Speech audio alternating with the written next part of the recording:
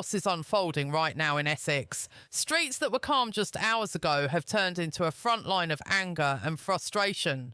Crowds are pushing forward, police lines are tightening, and voices demanding change are echoing across the town.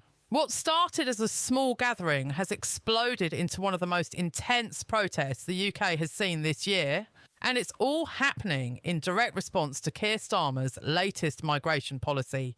This situation is growing by the minute, and the pressure is building fast. Just moments ago, the atmosphere in Essex shifted sharply.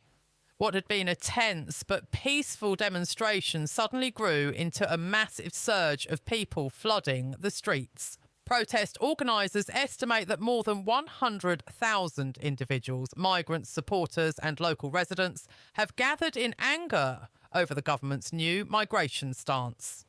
The sound of chanting fills the air with banners rising above the sea of people, signalling frustration that has been building for weeks.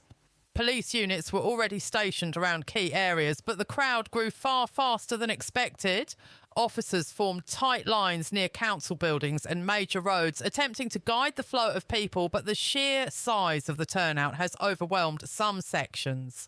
There are early reports of pushing at barriers, loud confrontations and rising tension between protesters and law enforcement. No major injuries have been confirmed yet, but the mood on the ground is shifting towards something more volatile. Witnesses describe a sudden wave of emotion running through the crowd after new details of the Starmer policy circulated earlier this morning. Many people said they felt betrayed, ignored and targeted, and others who joined the protest simply wanted to show support for families and neighbours affected by the changes. What was meant to be a show of unity has now become a powerful pushback against what many see as a harsh and unfair approach to migration.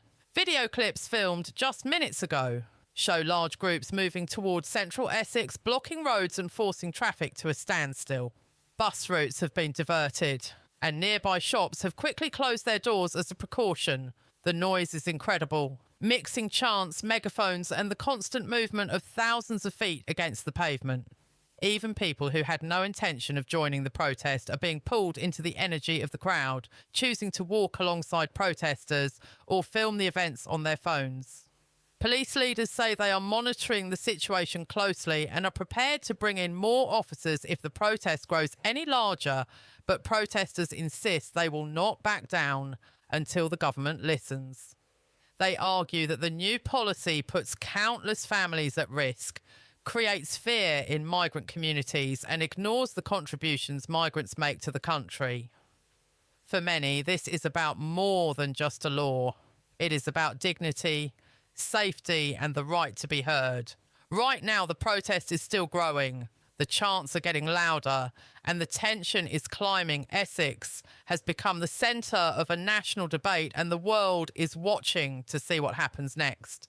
If this is only the beginning, the next few hours could shape the entire direction of the UK's migration conversation. The anger spreading through Essex is not happening out of nowhere. The crowd gathering today is the result of weeks of frustration, fear and confusion surrounding the government's new migration policy. Keir Starmer's plan, which was introduced as a way to restore order and create a fairer system, has instead sparked one of the biggest public pushbacks the UK has seen in years. For many people here, the policy feels like a direct threat to their lives, their families and their futures. The main concern fueling this protest is the sudden tightening of border rules and the stricter limits placed on those seeking asylum under the new policy. Faster removals, reduced legal support and tougher eligibility checks have been introduced.